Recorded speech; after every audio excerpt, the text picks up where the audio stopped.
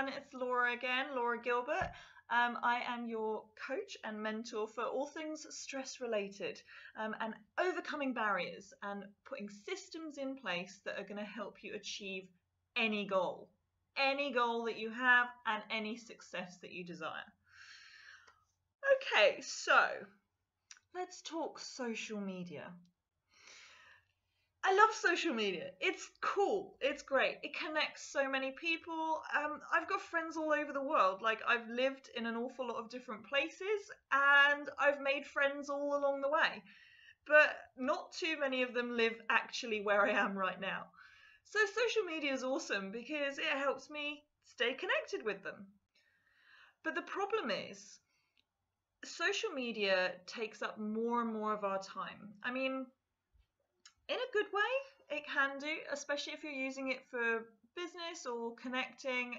If you're feeling down, like you might be in an environment where you just don't have too many people around you, so they're all there. They're all there in social media and your Facebook groups, or you're just on your feed. The trouble is, sometimes we have people that we're friends with and we really like them. They're great people. However, they might not always post the best stuff. Like, it might be a little bit depressing, a little bit stuff that kind of pulls you down a little bit. You're a bit like, oh no, do I really want to see this all the time? Or do I want to think about this? And that kind of stuff. And can make us feel, it can bring us down. Remember, we're doing all of these things to kind of keep us up and lifted and doing good stuff.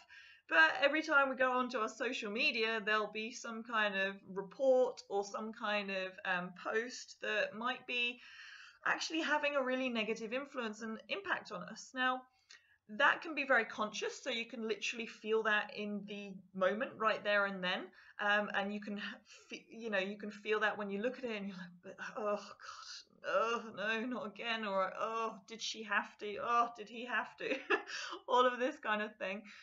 Or it could also be subconscious, so it can kind of build up. So I've spoken to a few people that they'll kind of share stories that they've seen on their social media feed, and I'm listening to it and I'm just thinking, shit, this is kind of depressing. But the way they're talking about it is like they're saying they'll be having a discussion about it. It'll probably be some kind of negative-ish discussion about it. But they still like that person. It's not that they don't like that person. They might get a little bit fed up of kind of seeing this stuff. And then I say to them, how does that make you feel? Doesn't it like drag you down? And they're like, oh no, it doesn't bother me. Whatever, it's fine. Yeah. Yes and no. Okay, so like I said, conscious and subconscious. So consciously, maybe that those individuals aren't having a instant reaction to what's being posted and what's out there. But slowly but surely, all that stuff starts to build up and it creates pictures and thoughts in our minds that start to filter sneakily into our own thoughts and our own beliefs and how we're feeling. I recognize it straight away, like straight away, when people might be talking about what they've seen on social media, and I'm like, oh God, this person maybe needs to slide that person out of their lives a little bit. And that's not like, I think we can get really sensitive about who we're friends with or who we're following and all that kind of stuff, because like, if you're not following someone, then obviously you're not going to get what they're posting, and that means that you can't then engage with that post. Now, if you've got a friend, then you feel like you want to engage with them. You want to support them somehow.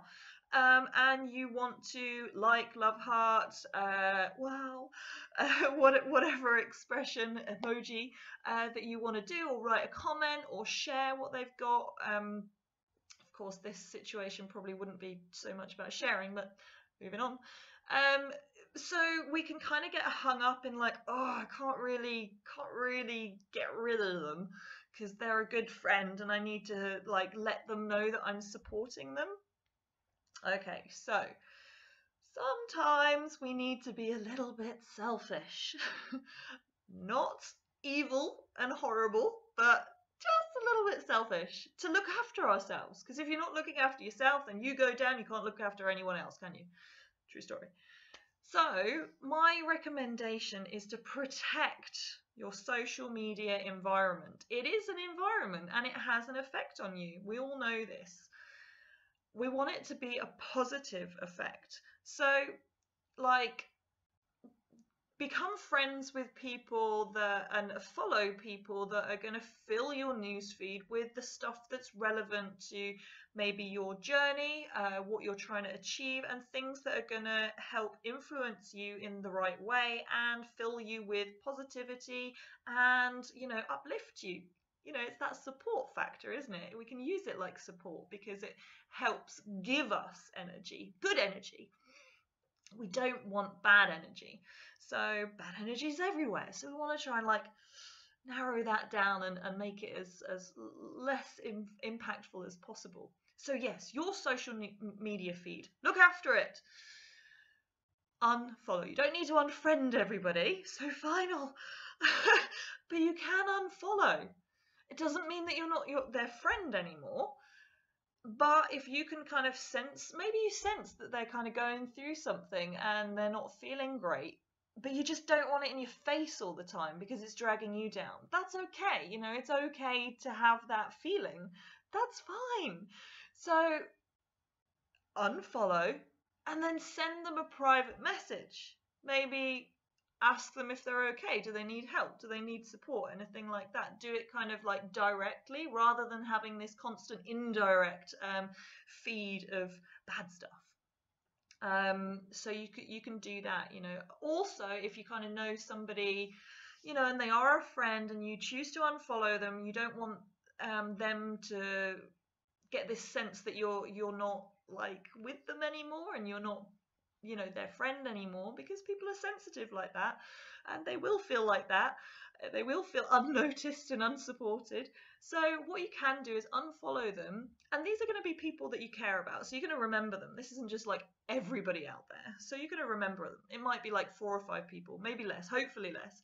But then have a time at the end of the day, maybe not the end of the day, pick a time that's good for you and just go onto their page, or maybe at the end of the week, or maybe every 3 days, something like that. Go into their page and flick through, catch up. And if they've put anything in there that's like cool or fun or positive or something like that, then like it and comment. And so you can still kind of be part of their life. It's just that they're not constantly flooding your feed with the bad stuff. So you can still be friends, even if you unfollow. Okay, so I've done loads of unfollowing at the moment, and I kind of, when I started, I did feel a bit bad about it, but now, oh my God, it's so much better. I enjoy going on Facebook now, and I see all this great stuff, and I'm interacting with the right people that are going to pull me up, make me feel good, and that have relevant information and relevant content that's associated to like my beliefs and my values and what I'm trying to do. So protect your environment, and your environment, especially nowadays, and it will be for the ongoing future, your environment is very much your social media as well. So protect it, look after it, make sure it's filled with stuff that's going to fill you up and not bring you down. Okay, thanks guys, speak soon, bye.